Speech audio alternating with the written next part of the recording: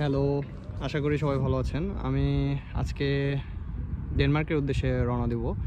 তো জাস্ট একটু এক্সপ্লোর করার জন্য city centres and some sea beach. তো আমি কাউনাস এয়ারপোর্টে চলে আসছি। এটা হচ্ছে কাউনাস এয়ারপোর্ট। আমাদের ফ্লাইট টাইম হচ্ছে আপনার 11টা 45 মিনিট। তো আমরা এখন চেক ইন করবো। চেক ইন করার পর দেন আমাদের ফ্লাইট টাইম অনুসারে আমরা উঠবো আর কি। তো আমরা আছি টোটাল 3 জন, আমি অ্যান্ড আমার 2টা ফ্রেন্ড আছে। এই আর কি, আমরা একসাথেই যাইতেছি। এটা হচ্ছে এয়ারপোর্টের ভেতরে। এখন আমরা ফ্লাইটে উঠবো। ফ্লাইটের জন্য এতক্ষণ অপেক্ষা করতেছিলাম, এখন উঠে যাব আর কি। সবাই দোয়া করবেন যাতে সেফলি যাইতে পারি।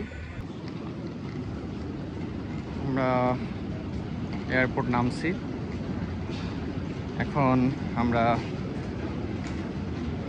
চলে যাব ভেতরে। দেখতে পাচ্ছেন, ওয়েলকাম টু কোপেনহেগেন এয়ারপোর্ট। এখন আমরা মেট্রোতে ওঠার জন্য যাচ্ছি। এই যে আমার পিছনে আছে আমার বড় ভাই আরিফ ভাই, অ্যান্ড আমার সাথে আছে আমার আরেক বড় ভাই জামাল ভাই। আমরা একসাথেই এসেছি। আর আমাদের আরেকটা ফ্রেন্ড আছে তার্কিশ, সে পেছনে পেছনে হাঁটতেছে। এই আর কি। আমরা একদিনের টিকিট কাটছি মেট্রোতে 24 ঘন্টার জন্য। তো এই টিকিটটার মূল্য হচ্ছে 13.5 ইউরো। এটা একদিন পুরোটা কাভার করবে। আপনার 4টা জোন আছে, 1 থেকে 4 নাম্বার জোন। এটা পুরো সিটিটাই কাভার করবে। আপনি সিটির ভেতরে যে কোনো স্থানে এই মেট্রো দিয়ে ভিজিট করতে পারবেন। আমরা এখন মেট্রো থেকে নেমে সেন্ট্রাসের দিকে যাচ্ছি। সেন্ট্রার দিকে যাচ্ছি আর কি, মানে যে আর কি দেন আমরা এক্সপ্লোর করবো। আমি এখন সেন্ট্রাসের দিকে ঢুকে গেছি, সেন্টারের দিকে ঢুকছি। এখন আসলে মানে সেন্টারে আসার পর মানে ব্যাপারটা হইতেছে যে মানে এতটা সুন্দর লাগতেছে, এটা আসলে বলে বোঝানো সম্ভব না। বিল্ডিংগুলো অনেক অনেক বেশি জোস, মানে আসলে যদি সরাসরি না দেখেন আপনারা এটা মানে বোঝানো সম্ভব না। তো এই যে দেখতে পাচ্ছেন আশেপাশে বিল্ডিং, এগুলো অনেক পুরনো বিল্ডিং, দেখে বোঝা যাচ্ছে এটা অনেক জোস। আমি আপনাদের সেন্টারটা দেখানোর চেষ্টা করতেছি, একটু দেখেন ভালোভাবে। এটা হচ্ছে পুরোটাই সেন্টার, লাইক অসাম, অনেক বেশি জোস। দেখতে পাচ্ছেন সাইকেল নিয়ে সবাই যাতায়াত করতেছে। ইউরোপের বেশিরভাগ দেশেই, ইউরোপে যতগুলো কান্ট্রি আছে বেশিরভাগ দেশেই এরা প্রচুর পরিমাণে সাইকেল রাইড করে। এবং আপনি চাইলে এটা সাইকেল আপনি বোল্টে রেন্ট হিসাবে নিতে পারেন। এই যে প্লেসটা দেখতে পাচ্ছেন, এই প্লেসটার নাম হচ্ছে নিহেভেন, যেটা ডেনমার্কের সব থেকে ফেমাস একটা প্লেস। এই প্লেসে সবাই ডেনমার্কে আসার পর এই প্লেসটাতে সবাই ভিজিট করে। এখন বাজে সকাল 9টা, বাট এত বাতাস, মানে প্রচুর পরিমাণে বাতাস। রোদ উঠছে তবুও বাতাসের কারণে আসলে ঘোরাফেরাটা একটু বেশি কষ্টকর হয়ে যাচ্ছে।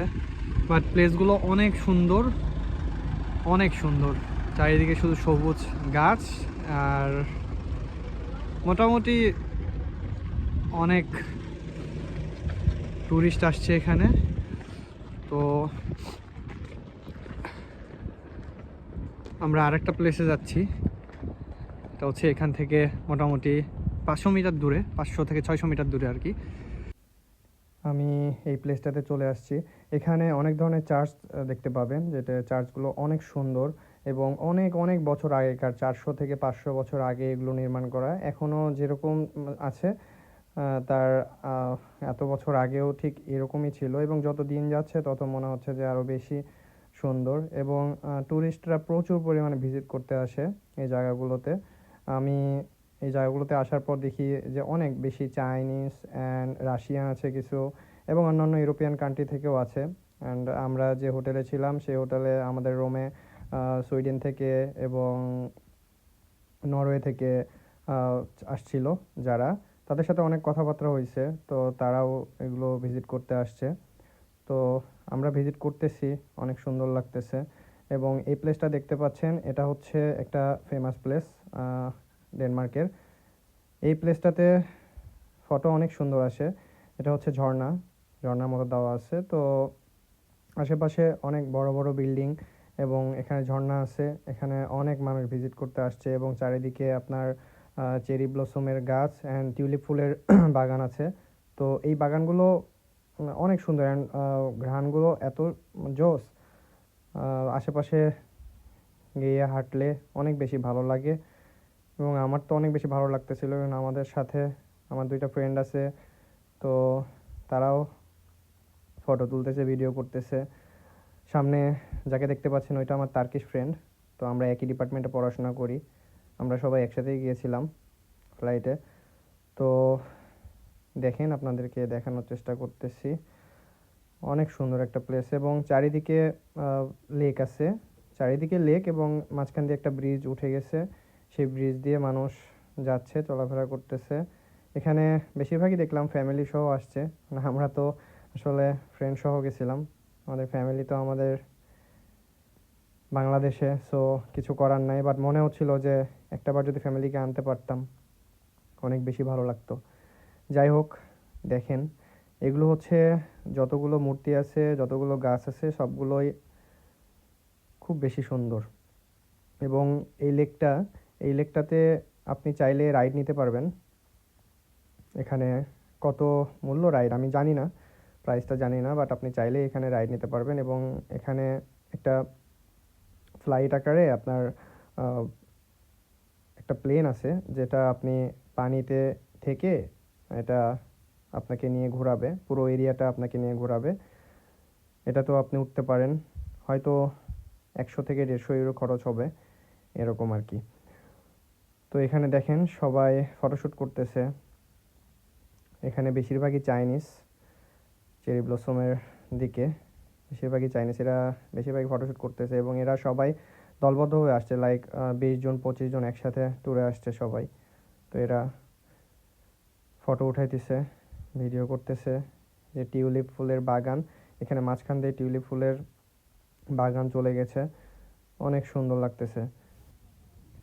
এখানে যেটা দেখতে পাচ্ছেন এটা নাম হচ্ছে little mermaid, the little mermaid. এটাকে আসলে একটা মূর্তি বানানো হয়েছে অনেক বছর আগে, যেটা একটা কাল্পনিক গল্প হিসাবে, একটা রূপকথার গল্প হিসাবে এই মূর্তিটা বানানো হয়েছে। আমাদের 2 দিনের ভিজিট শেষ করে আমরা আবার কাউনাস এয়ারপোর্টে নামছি। এখন আমাদের বাসায় যাওয়ার পালা। সবাই ভালো থাকবেন।